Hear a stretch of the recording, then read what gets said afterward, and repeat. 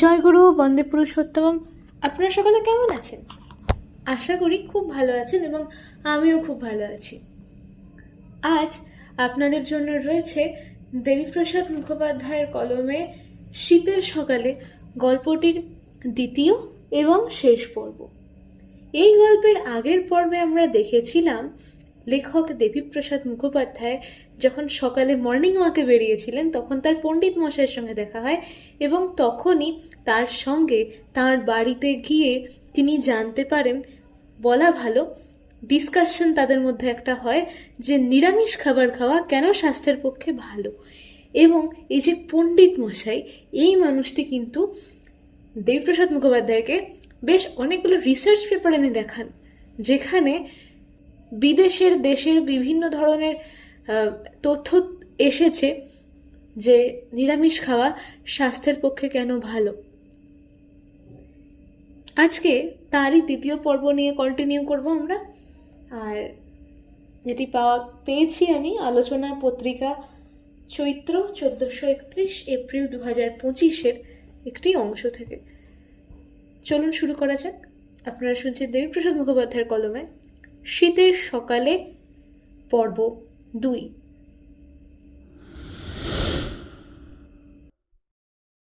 মন্ত্রমুগ্ধের মতো পান করছিলাম বৃদ্ধ মানুষটার জ্ঞানসুধা। কত দেখেছেন, কত দিক বিচার করেছেন, তবে তো এত সাহস করে আজ বলতে পারেন নিরামিষ আহারই শ্রেষ্ঠ। কিন্তু তাও একটু দুষ্টুমি করার লোভ ছাড়তে পারলাম না। প্রশ্ন করে বসলাম, আচ্ছা পণ্ডিত মশাই, প্রাচীন ঋষিদের কথা তো বললেন, তাদের কথা যদি মানতে হয় তবে তাদের কেউ কেউ তো মাংস খাওয়ার কথা বলেছেন। আচ্ছা, কিরকম? এই যেমন শুনেছি বেদে আছে গোঘ্ন, নাকি অতিথির আর এক নাম। অতিথি বাড়িতে এলে তাকে গরু মেরে মাংস রেঁধে খাওয়ানো হতো, তাই জন্য তাকে বলতো গোঘ্ন। পণ্ডিত মশাই বললেন, গো মানে? গরু। বটে, আর কিছু নয়। আবার ওই একচোখা বিচার। গো শব্দ বহু অর্থে প্রযুক্ত হয়েছে। উষাকাল, ইন্দ্রিয়, তণ্ডুল, পৃথিবী, কিরণ, বাণী, স্তোতা ইত্যাদি অনেক অর্থ আছে গো শব্দের। শতপথ ব্রাহ্মণ, অথর্ববেদ প্রভৃতি জায়গায় অন্নং হি গো বা গাবস্তণ্ডুলা ইত্যাদি নানাভাবে গো শব্দের অর্থ দেখানো হয়েছে। আবার হন ধাতুর একটি অর্থই তোমরা জানো, হত্যা। কিন্তু হন ধাতুর যে গতি এবং সংযম অর্থ প্রয়োগ হয় তা বোধহয় কোনোদিনও শোনোনি। গঘ্ন মানে যদি বলি বাক্য সংযম বা অন্নবর্ধন কারক, তা নিশ্চয়ই তোমাদের মনোভূত হবে না, কারণ ওর মধ্যে তো মেরে কেটে খাওয়ার কথা নেই। অবশ্য আমার এই ব্যাখ্যা যুক্তিহীন না, সাধারণ বুদ্ধিতে বিবেচনা করে দেখো। তৎকালীন যুগে কৃষি ও পশুপালন একটা বিশিষ্ট স্থান অধিকার করেছিল। ওই কাজে গাভী ও বৃষ উভয়েরই প্রয়োজন, যার জন্য বেদের বহু জায়গায় পশু সম্পদ বৃদ্ধির জন্য ঋষির প্রার্থনা আছে দেখতে পাবে। গরুকে সম্পদ বলে মনে করা হতো, বলা হতো গোধন। এখন অতিথি বাড়িতে এলেই গৃহস্থ তার একটি এই বিশেষ সম্পদটিকে ধ্বংস করে অতিথি সেবার আয়োজন করতেন। এটা কি খুব সঙ্গত কথা বলে মনে হয়? তাই যদি হতো তাহলে একজনের বাড়িতে 50টা গরু থাকলে এবং এই অতিথি বছরের মধ্যে 50 বার এলে 1 বছরে গরু সব কাবার। কেমন নয় কি? বললাম, আগে হ্যাঁ, তা তো ঠিকই। তিনি বললেন, তাহলেই বোঝো কোথাকার জল কোথায় গিয়ে দাঁড়ায়। মানে কি অর্থ বুঝতে আমরা কি অর্থ বুঝে বসে আছি। দাঁড়াও, আর একটা মজার জিনিস দেখাই। খুকু খুকু পণ্ডিত মশাইয়ের ছোট মেয়ে। যাই বাবা বলে এসে বাবার কাছে দাঁড়ালো। খুকু গড়গড়ের কলকেটা নতুন করে সেজে দেওয়ার জন্য তুলে নিচ্ছিল। পণ্ডিত মশাই হেসে বলেন, হ্যাঁ ওটিও চাই। আর আমার বিছানার উপরে ধর্ম বলে যে বইখানা আছে, দাও তো তোমার ওই দাদার হাতে। তড়িৎ গতিতে খুকু বই এনে দিয়ে কলকে দিয়ে চলে গেল। দেখলাম ধর্মের লেখক স্বনামধন্য পণ্ডিত মধুসূদন শাস্ত্রী। পণ্ডিত মশাই বইখানা হাতে নিয়ে একটি জায়গা বের করে বললেন, পড়ে দেখো। পড়ছিলাম। মনে মনে নয়, চেঁচিয়ে পড়ো, আমিও একবার শুনি। পড়তে আরম্ভ করলাম।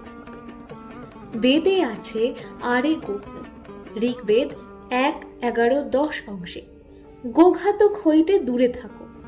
অথর্ববেদেও ইহার উল্লেখ আছে। অতএব অতিথি অর্থে গগ্ন শব্দের ব্যবহার ইহার প্রমাণ কোথায়? অবনতির যুগে গোমেধের নামে গোহত্যা হইলেও খুব সঙ্গোপনে হইত, কেহ দেখিতে না পায়। আপস্তম্ভ গৃহ্যসূত্র। হন ধাতুর অর্থ হিংসা ও গতি। গতির গমন ব্যতীত আর দুইটি অর্থ, জ্ঞান ও প্রাপ্তি। এই 3 অর্থে গম ধাতুর ব্যবহার। বিশিষ্ট অতিথি আসিলে গোদান প্রথা ছিল। তখন লোকে গরু খুব দান করিত। নিরুক্তে আছে হস্তঘ্ন, মানে হাতকে বাঁচায় এক প্রকার দস্তানা, যাহাতে পুনঃ পুনঃ ধনুকের ছিলায় বাণ সংযোগ সম্ভবপর হয়। 8:2-15-10 অংশে উপঘ্ন মানে সমীপে যাওয়া। পাণিনির 3:385 অংশে এই প্রকার বহু শব্দ আছে, যেখানে হন ধার অর্থ হিংসা নহে। বিবেচনা করা উচিত, অতিথি আসিলেই গোহত্যা অস্বাভাবিক। সকলের আর্থিক অবস্থা তাদৃশ অনুকূল ছিল না, সকলে আমিষাশীও ছিল না, বিশেষত যারা পশুবদের পক্ষপাতী তাহাদের মতো। কেবল যজ্ঞে হিংসাই বৈধ, অন্যথা পাপ। অতিথি আসিলেই যজ্ঞারম্ভ হইত, ইহা অসম্ভব কথা। এ পর্যন্ত পড়া হতেই পণ্ডিত মশাই বলে উঠলেন, থাক, এই পর্যন্ত। কেমন লাগলো? কেমন যে লাগলো তা আর কতটুকু বলবো পণ্ডিত মশাইকে।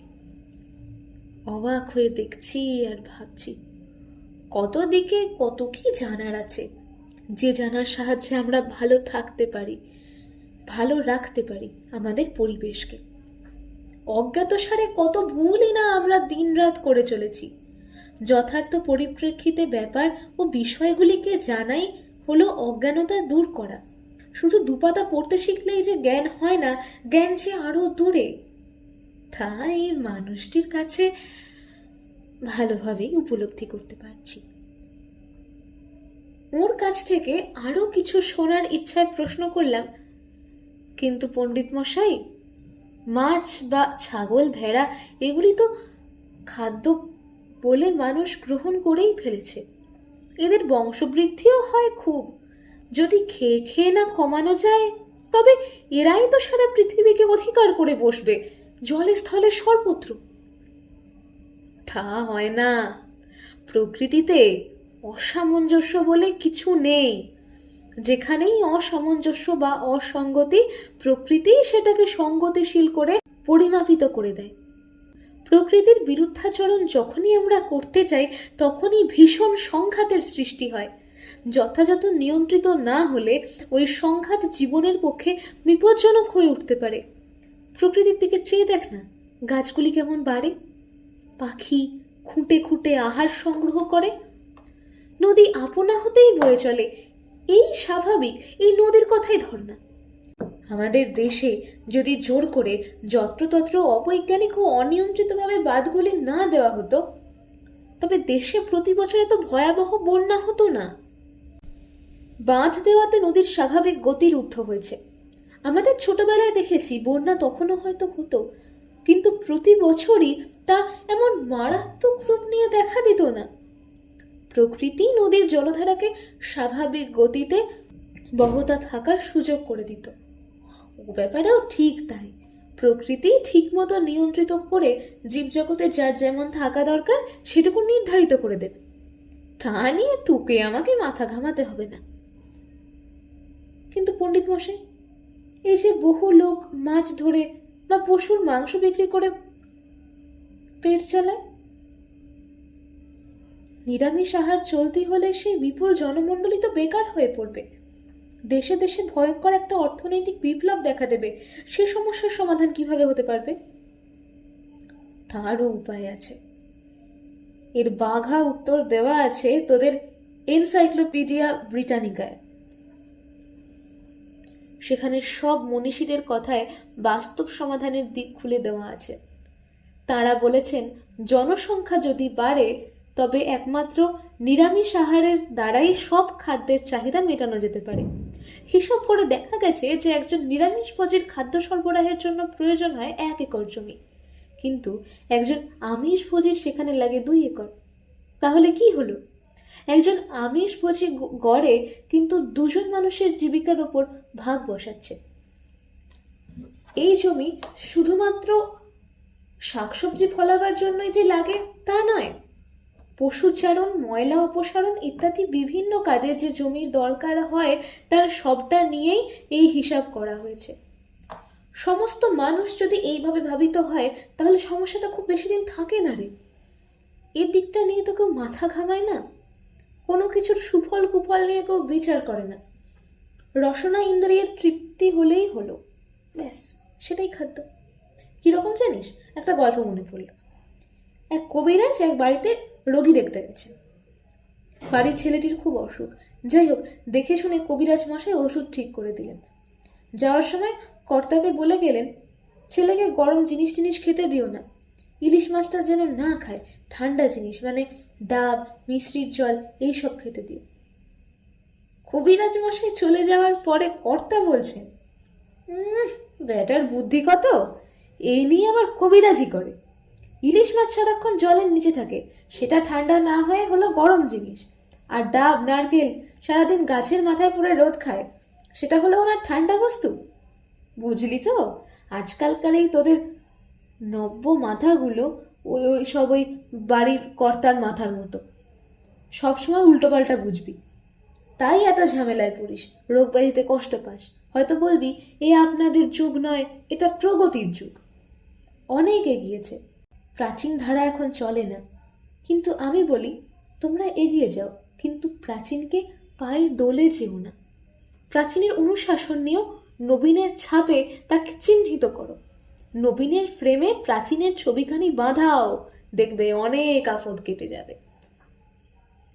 আপনার কথা বুঝলাম, সর্বত্রই না হয় নিরামিষের ব্যবস্থা করা গেল, কিন্তু ধরুন বরফের রাজ্যে, এস্কিমোদের দেশে, যেখানে মাংস না খেয়ে তো চলা যাবে না।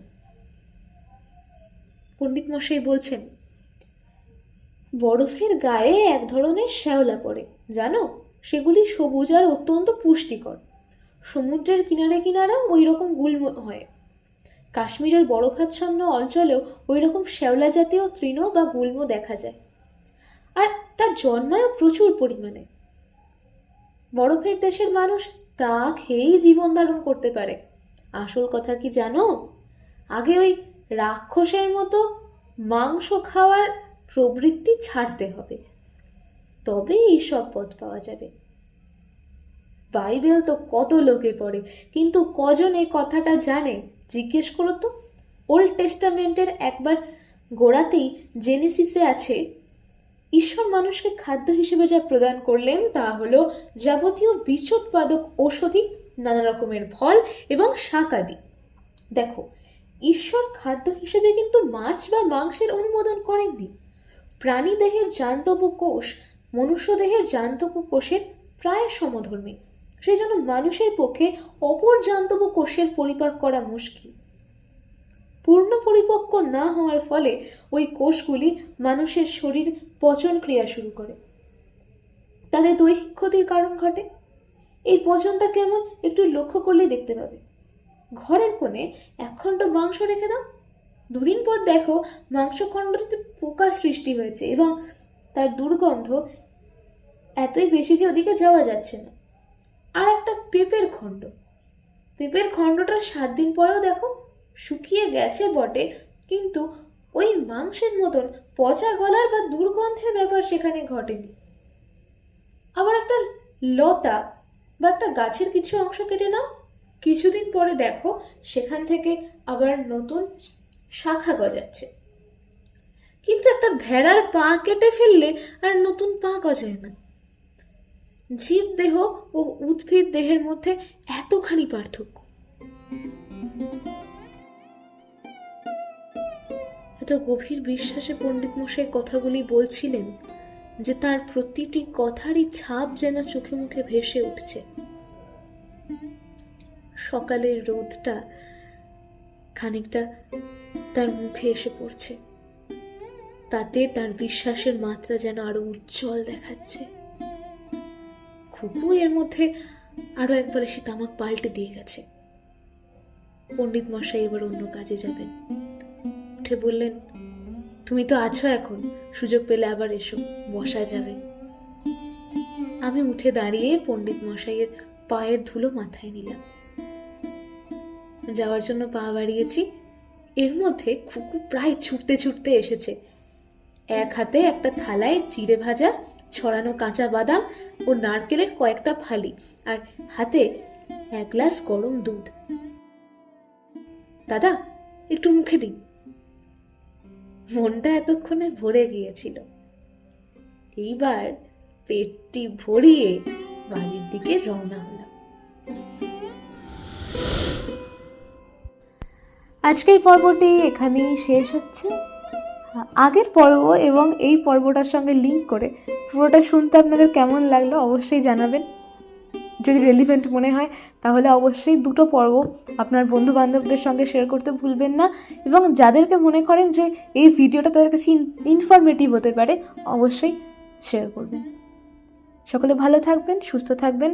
দেখা হচ্ছে পরবর্তী এপিসোডে। ততক্ষণে সকলে আনন্দে থাকুন। জয় গুরু, বন্দে পুরুষোত্তম।